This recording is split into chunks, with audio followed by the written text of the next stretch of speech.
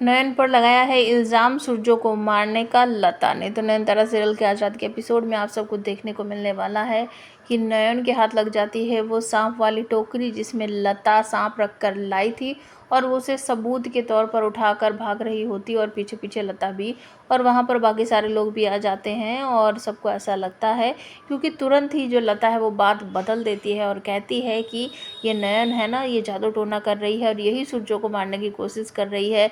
देखो इसके हाथ में जो टोकरी है ना, इसे छुपा रही है। इसी टोकरी में ये नाग वगैरह भर कर लाई थी और इसी ने सूरजो पर हमला करवाया था। सूरजो के कमरे में इसी ने नाग को छोड़ा था, सांप को छोड़ा था और सूरजो के कपड़ों पर भी जो दूध वगैरह है वो सब कुछ इसी ने डाला था। तो कोई भी बात को समझ नहीं पा रहा है क्योंकि अब लता जो है वो इस बात पर तूल दे रही है और सबूत जो है वो नयन के हाथ में ही है। तो सबको ही ऐसा लग रहा है कि शायद इस बार नयन की ही गलती है। और जब ये बात सूरजो तक पहुंचती है तो लता रो रो कर ये सारी बातें बताती है। तो सूरजो नाराज़ हो जाता है और वो कहता है कि बस बहुत हो गया, आप सब ये सब कुछ बंद कीजिए। और नयन अपना पक्ष क्लियर करते हुए कहती है कि जब मैं एक सिर्फ शंख बजाकर मैं एक नाग को अपने वश में कर सकती हूँ, मतलब कि मैं सूरजो बाबू के ऊपर से उसको हटा सकती हूँ, तो मुझे ये दूध का, कटोरा का, नाग का ये सब करने की क्या ज़रूरत है। मैं शंख बजाकर सीधे उस नाग को सूरजो बाबू के पास नहीं ला सकती थी क्या? मुझे दूध वूध छिड़कने की इतनी मेहनत करने की क्या ज़रूरत थी?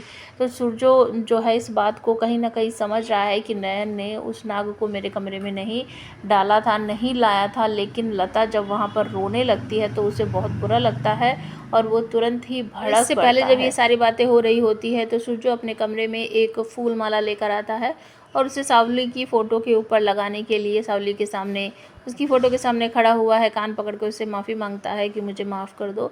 पता नहीं कैसे मैं आज इतना इम्पोर्टेंट दिन जो है वो भूल गया, मैं तुम्हारे बर्थडे वाला दिन पता नहीं कैसे भूल गया मैं। इस तरीके से बोलकर माफ़ी मांगता है और कहता है कि प्लीज़ ये हार मुझे अपनी फ़ोटो पर लगाने दो। जैसे उसको ऐसा लग रहा है कि सावली शायद उसके सामने ही खड़ी है।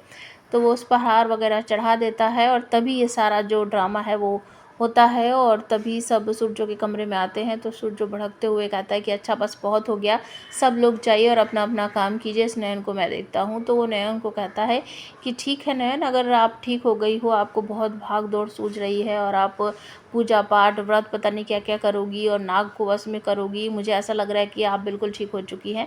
तो आप अपनी दवाई गोली और अपना डॉक्टर का जो ट्रीटमेंट होता है वो सब कुछ आप खुद ही देखिए, अपना खाना पीना दवाई गोली सब खुद कीजिए और मेरे पास भटकने की ज़रूरत नहीं है और मुझसे दूर रहिए।